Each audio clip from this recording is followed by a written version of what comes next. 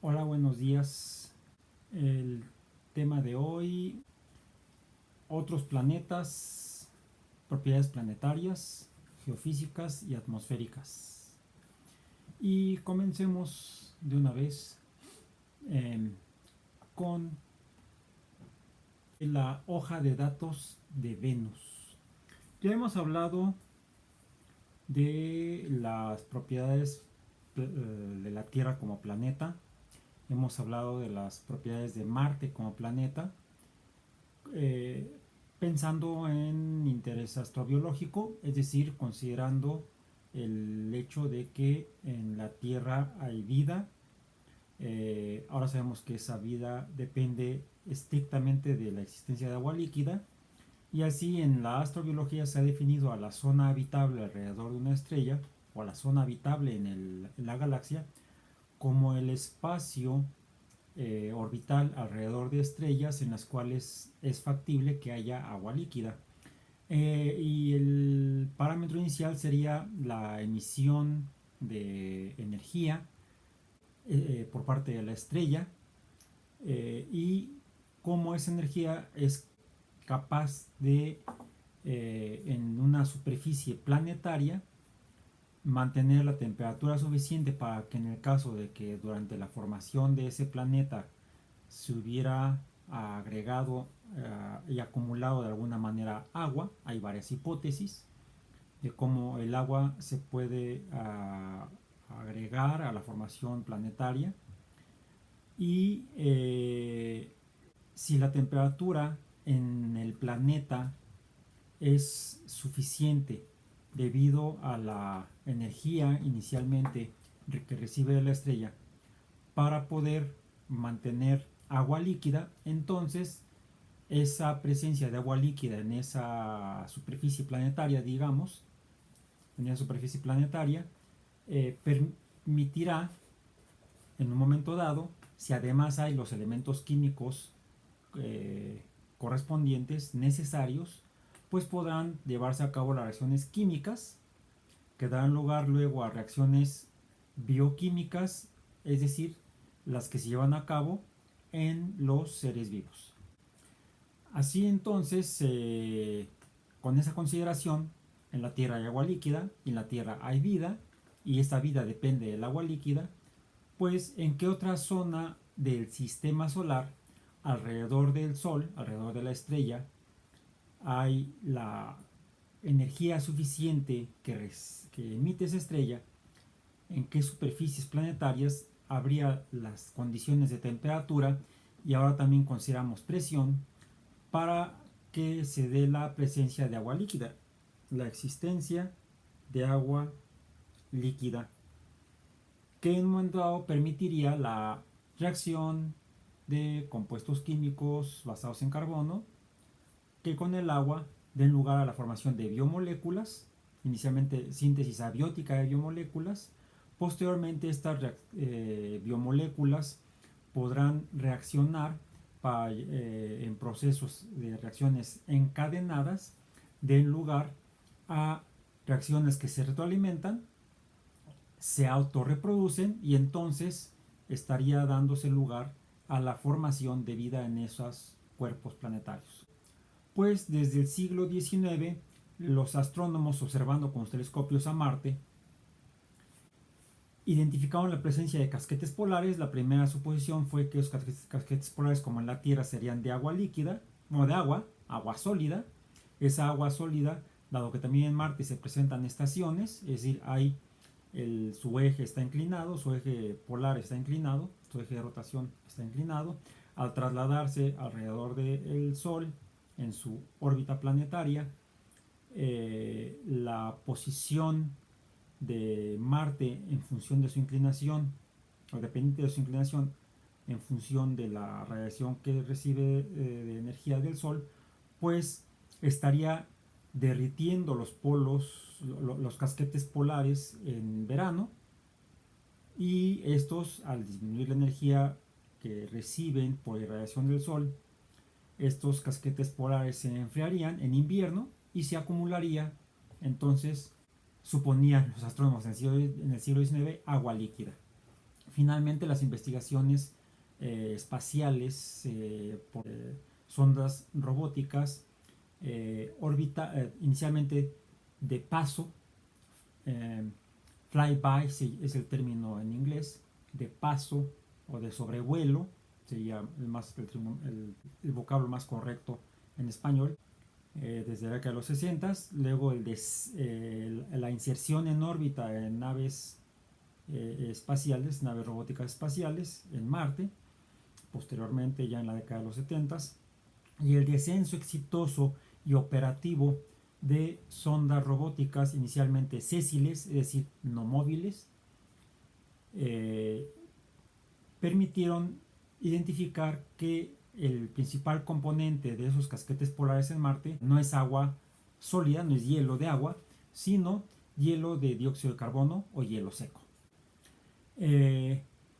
Investigaciones posteriores han podido identificar la presencia de agua efectivamente en Marte, sólida, y evidencia que sugiere la existencia de agua líquida en Marte, al menos en su pasado.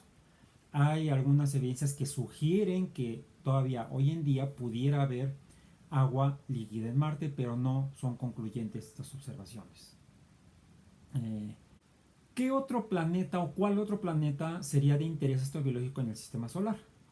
Pues mencionamos ya que en el siglo XIX los astrónomos, con sus observaciones telescópicas, observaron características en Marte que sugerían la presencia de agua, y eso les hizo pensar, hipotetizar y a veces hasta afirmar que habría vida en Marte. El primer astrónomo que usó telescopios construidos inicialmente por él, Galileo Galilei, fue el primero en observar otro planeta con telescopio. En aquel tiempo todavía Galileo al inicio asumía que iba a ver la estrella Venus, es decir, una estrella errante. Al apuntar su telescopio hizo dos observaciones notables. La primera, a diferencia de otras estrellas que él había estado observando en las Pléyades, en la Vía Láctea, de hecho él es el que descubre que la Vía Láctea no es solamente una mancha de luz, sino que está formada por estrellas, y en otras constelaciones. Pero a diferencia de todas estas estrellas que siempre se veían como puntos de luz, al observar Venus, pudo darse cuenta que no era un punto de luz, sino que presentaba un disco definible. Primera observación. Segunda observación. Al igual que la Luna, Galileo notó que presentaba fases.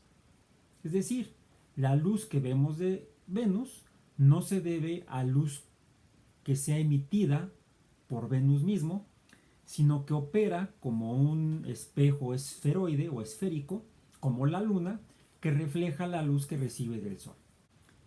Tercera observación. No observó nada más. No pudo ver la superficie de Venus como él sí había visto antes, la superficie con mayor detalle, la superficie de la Luna. Fue la primera persona en sugerir que la Luna estaba formada como la Tierra por montañas, valles e incluso mares. Ya después vimos que esas zonas de la Luna no son mares de agua, sino que son superficies muy llanas sobre la superficie de la Luna. Bueno, Galileo esperaba ver algo similar en Venus, pero no vio más que un disco blanquecino, entre blanco amarillento. Y es esto, comentario histórico final en este paréntesis histórico, es que estas observaciones las publicó Galileo en Siderius Nuncius, o el Mensajero Sideral, en 1610. Bien, Venus. Entonces Venus es el primer planeta que es reconocido como tal, como un cuerpo astronómico, no como una estrella, dadas las observaciones de Copérnico. ¿Cuáles son sus propiedades planetarias? La masa, en este sitio que tenemos compartido, 4.86 por 10 a la 24 kilogramos. Ya hablamos de estos números tan grandes. 4, decíamos, ¿4 qué? 4.86 cuatrillones de kilogramos. Mientras que la Tierra es de 5.97 cuatrillones de kilogramos, su masa. Su volumen, 92 por 10 a la 10 kilómetros cúbicos, mientras que la Tierra es de 108.32 kilómetros cúbicos. El radio ecuatorial en kilómetros es de Venus de 6.051 kilómetros, el de la Tierra 6.378 kilómetros. El radio polar es más parecido, es decir, parece que Venus, igual que Marte, está menos achatado que la Tierra. El radio polar es de 6.051 kilómetros, 6.051.8, sea 6.052 redondeando, 6.356.8 la Tierra, .95 la proporción. Proporcionalmente Venus es menos masivo que la Tierra, lo que entonces nos haría suponer que es menos denso. Ya veremos el dato. La densidad media, 5.243 kilogramos sobre metro cúbico, mientras que la de la Tierra es de 5.514 kilogramos sobre metro cúbico. Esa es una diferencia de más de 200 kilogramos sobre metro cúbico en cuanto a la densidad, lo que da una proporción de 0.95. Ahora, como la masa es muy parecida, aplicando la cuarta ley de Newton, la fuerza de gravedad, podemos calcular la aceleración de gravedad acudiendo finalmente a la segunda ley de Newton, F igual a m por a. F la calculamos a partir de F subíndice G, que sería la constante gravitacional por el producto de las masas entre el cuadrado de la distancia, el cuadrado de la distancia. Así obtenemos la fuerza, tenemos la masa, despejamos la aceleración y entonces podemos calcular la aceleración de gravedad en Venus, la cual es de 8.87 metros entre segundo cuadrado, mientras que en el caso de la Tierra es 9.8 metros entre segundo cuadrado. Es decir, como Venus es ligeramente menos masivo que la Tierra, su aceleración de gravedad será ligeramente menor. Bueno, no es tan ligeramente, hay 1 metro sobre segundo cuadrado de diferencia. Por lo mismo, también la velocidad de escape será muy parecida, 10.36 kilómetros entre segundo, mientras que en la Tierra 11.19 kilómetros entre segundo. Ya dijimos que Venus fue visto por Galileo como un disco blanco que refleja la luz. ¿Cuánta luz refleja? ¿Cuánta luz refleja para hacer el cuerpo más brillante en el cielo nocturno en la Tierra? Bueno, primero, quizás sea porque está muy cerca, o quizás sea por su albedo. El albedo es 0.689, mientras que el de la Tierra es 0.434. Efectivamente, Venus es más reflectivo, refleja más luz blanca inicialmente que la Tierra. 0.6 contra 0.4, hay una diferencia de 0.2. Pasemos a los parámetros orbitales. El eje semimayor de Venus es de 108 millones de kilómetros, 108.21 millones de kilómetros. El de la Tierra es 149.6 millones de kilómetros. La proporción es 0.72.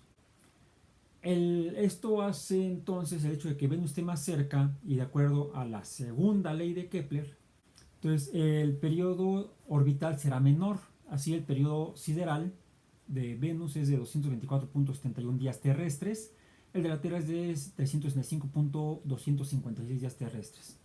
Recordemos que se definen dos periodos u años o periodos orbitales, que son la órbita sideral y la órbita trópica o tropical, que son la de Venus es de 224.695 días terrestres y el de la Tierra 365.242 días terrestres. El perihelio, es decir, la distancia mayor, es de 107.48 millones de kilómetros, contra 147.9 el de la Tierra, y el afelio o la distancia mayor al Sol es de 108.94 millones de kilómetros, el de la Tierra 152.10 millones de kilómetros. La inclinación de la órbita o la inclinación orbital, ¿qué tan inclinada está respecto a la órbita de la Tierra, el plano orbital de la Tierra alrededor del Sol? ¿Qué tan inclinada está la órbita de Venus? Está inclinada a 3.39 grados. Es decir, igual que Marte, no orbita al Sol en el mismo plano orbital de la Tierra. Entonces, estos tres planetas tienen planos orbitales separados por algunos grados entre sí. La longitud del día. La longitud del día. Y este es otro dato. El periodo de rotación sideral. ¿Ya vieron el signo? Entonces, la Tierra tarda 23.93 horas en rotar alrededor de su eje polar. Venus tarda 5.832.6 horas pero en rotar alrededor de su eje polar, pero el signo es negativo. Quiere decir que Venus rota sobre su eje polar no en dirección oeste-este como la Tierra, sino que rota en dirección este-oeste. El oeste es para allá, en la Tierra el este para allá en cuanto a mi posición. Entonces el Sol en Venus saldría por allá, lo veríamos sobre el horizonte al iniciar el día por allá, y lo veríamos al ocultarse en el día venusino, estaría ocultándose por el horizonte del este. Hay otro detalle, podemos ver, suponiendo que pudiéramos estar sobre la superficie de Venus y sobrevivir, podemos ver el amanecer, el atardecer. La atmósfera de Venus ya se supuso que estaba formada por gases, entonces habría atmósfera en Venus desde que Galileo la observó con su telescopio. La mayoría de los astrónomos supusieron que apuntaban sus telescopios hacia Venus, vieron exactamente lo mismo. Nubes, o sea, no veían la superficie, nubes. Inicialmente con las primeras observaciones ópticas se suponía que serían vapor de agua. Sin embargo, cuando se empezaron a hacer los primeros estudios telescópicos con espectrógrafos, sugirieron que no era agua el principal componente de esas nubes, sino dióxido de carbono. Posteriormente se identificaron otros compuestos como nitrógeno y dióxido de azufre. Sí hay algo de agua, y entonces, dada la proporción de dióxido de azufre y agua, pues esto reacciona muy fácilmente y puede formar ácido sulfúrico. Bueno, haciendo cálculos a partir de las observaciones telescópicas inicialmente, sugirieron que la mayor parte de la proporción de la atmósfera sería de dióxido de carbono, arriba del 90%, y la presión tendría que ser muy alta, y por lo tanto, dado que el dióxido de carbono absorbe infrarrojo, Venus estaría entonces irradiando ese infrarrojo y perdiendo hacia el espacio, pero dada la gran concentración de dióxido de carbono en la atmósfera y teniendo el dióxido de carbono una mayor absorción de radiación infrarroja que de luz blanca, el dióxido de carbono prácticamente es transparente a la luz blanca, lo atraviesa, podemos ver a través del dióxido de carbono, podemos ver la luz blanca, pero el dióxido de carbono es opaco a la luz infrarroja, entonces absorbe el infrarrojo estaría siendo atrapado, no podría emitirse de la superficie de Venus, y entonces la superficie tendería a calentarse. Dada la concentración calculada de gases, se supuso que la presión sería muy alta, pero finalmente pudo ser medida por las primeras sondas espaciales robóticas que hicieron flyby sobre Venus, soviéticas y norteamericanas. La primera que exitosamente mandó datos muy ricos fue la Mariner 2. Hice un video en YouTube sobre estas misiones, hice varios videos sobre las misiones planetarias a Venus, soviéticas y norteamericanas. Revísenlos, están en mi canal de YouTube. Ahí están los datos, no voy a abundar en ellos por lo mismo, pero finalmente midieron presiones muy altas.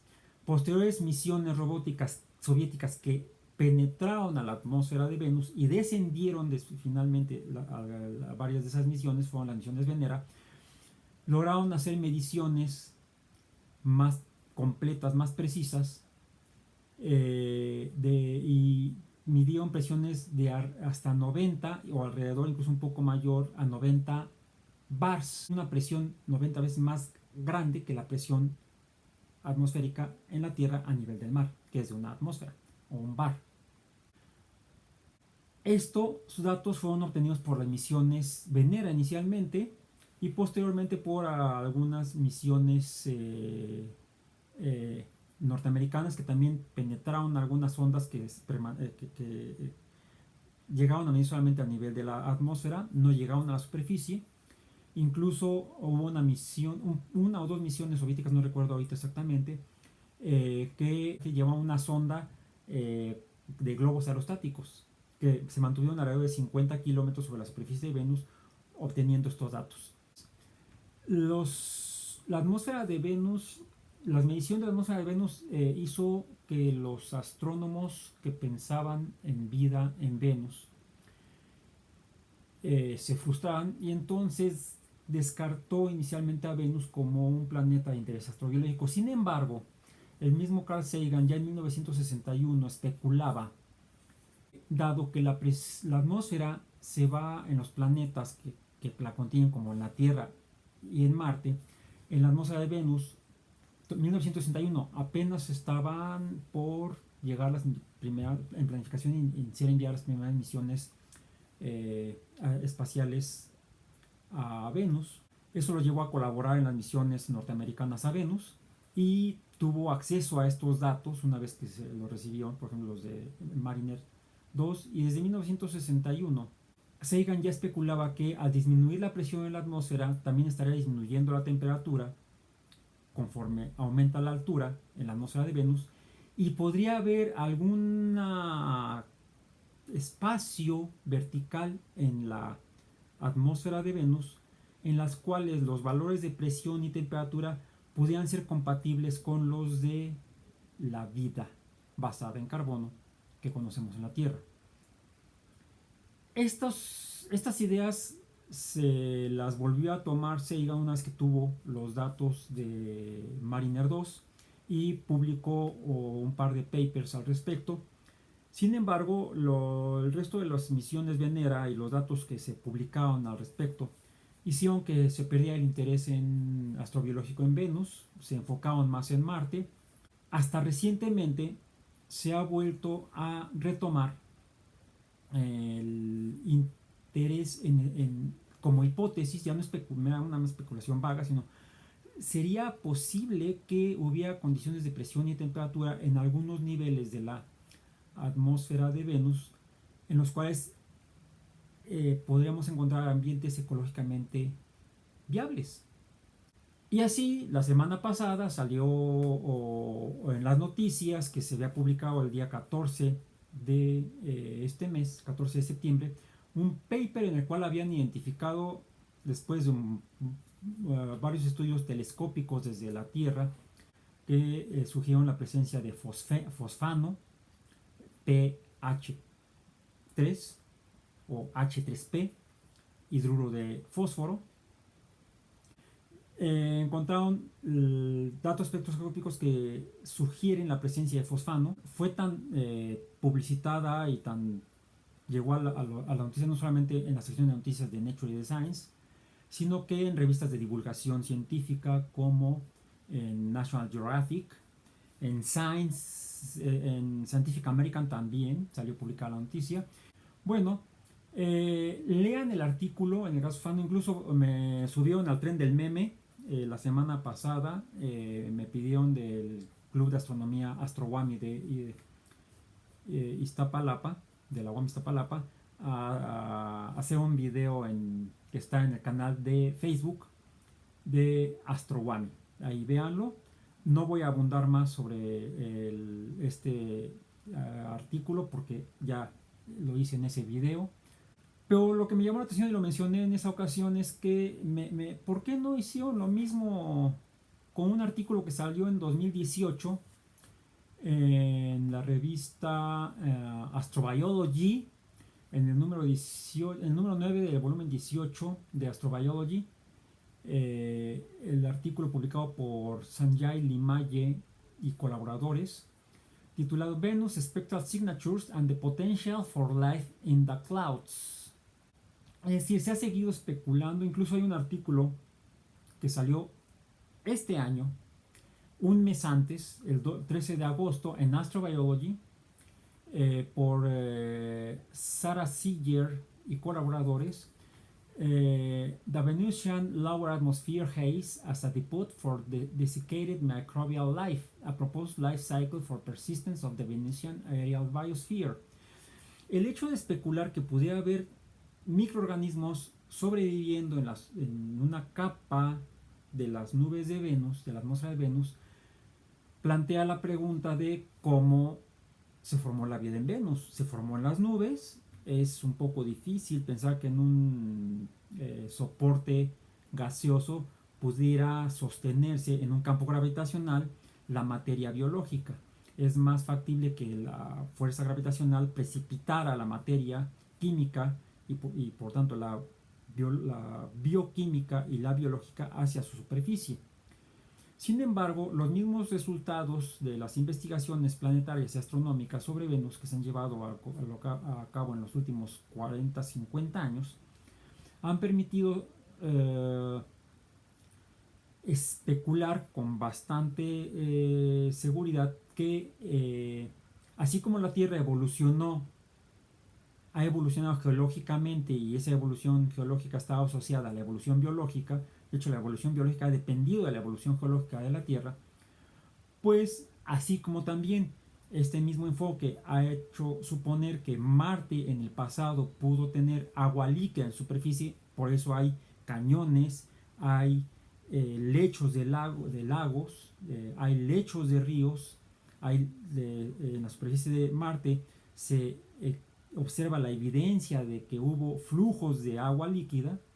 Bueno, hay datos que sugieren que en el pasado, hace 3.500, 4.000 millones de años, cuando se formaron los planetas alrededor del Sol, en Venus pudo haber agua líquida sobre su superficie a una mucho menor temperatura que la que hay actualmente. Entonces es posible suponer o especular que hubo un ambiente ecológicamente viable en el que pudiera haberse formado vida en Venus, y si se llevó a cabo esto, si sucedió la formación de vida en Venus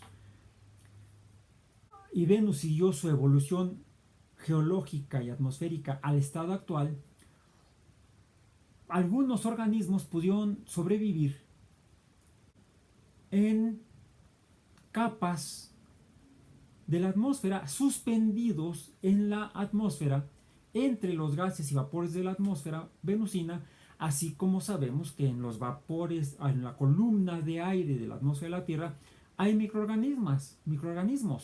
En agosto de este año salió este artículo que sugiere un patrón para la supervivencia de la vida que originalmente se formó en Venus y que sobrevivió en algunas regiones a lo largo de la columna atmosférica de Venus.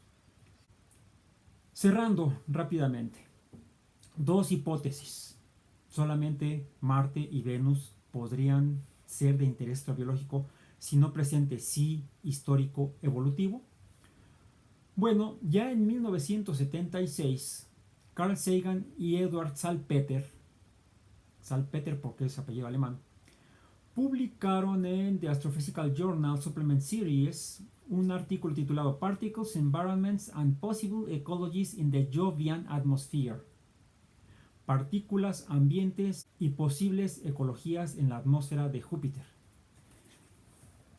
En este libro de Time Life, Los planetas, que es más reciente que el que les mostré de las montañas, este es de 1984, si no mal recuerdo, 1986. Son libros de divulgación pero bastante bien documentados. De hecho, viene un capítulo sobre Venus. Incluye los datos que les mencioné, por eso habla de calcinándose bajo hielo. Viene lo que especulaban Salpeter y Sagan en el 76 sobre Júpiter, sobre la posibilidad de que en las nubes de Júpiter, aquí está, sobre la posibilidad de organismos en la vida, en la atmósfera de Júpiter. Serían como globos flotantes, alimentándose de las biomoléculas que flotan en la atmósfera de Júpiter. ¿Cómo es la atmósfera de Júpiter? ¿Cómo es a partir de las misiones Pioneer, luego las Voyager y las posteriores Galileo y la más reciente que todavía está operando, la Juno? ¿Cómo es la atmósfera de Júpiter? De hecho, la misión Juno es una misión de interés astrobiológico. Revisen, eso está en los sitios web de la NASA, la información, y hay papers publicados sobre los hallazgos que ya ha hecho Juno, que está orbitando Júpiter. Y finalmente, nuestra última especulación se da dada la misión New Horizons a Plutón. Encontró una superficie helada en un planeta, es un planeta con superficie helada, y en esa superficie hay agua sólida, hielo de agua y otros compuestos de interés astrobiológico. Las características geológicas de esa superficie, que sabemos que está helada, permite especular que debajo podría haber agua líquida.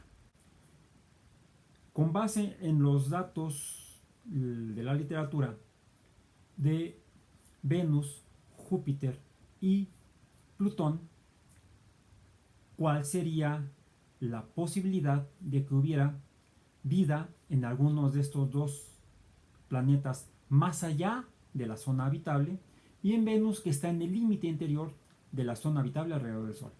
Por hoy nos despedimos, nos vemos la próxima semana. Live long and prosper.